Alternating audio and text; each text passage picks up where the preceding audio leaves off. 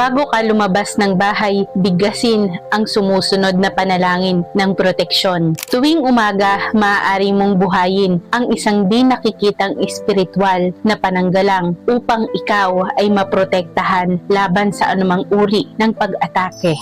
Ama sa langit, iyong ihanda ang aking daan. Isugo mo ang iyong mga anghel sa aking unahan. Iyong hadlangan na mawala ng bisa ang mga sandata ng kalaban o ang mga pakana ng kalaban. Palibutan mo ng iyong pagkalinga at pag-aalaga ang aking pamilya. Naway bantayan mo ang aming buong tahanan. Sa pangalan ni Jesus, ako'y nananalangin. Amen.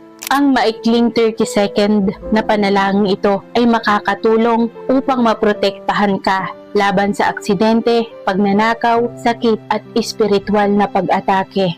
Kung ikaw ay naniniwala sa salita ng Diyos, mag-comment ng Amen at ibahagi ang video na ito sa mahahalagang tao sa iyong buhay.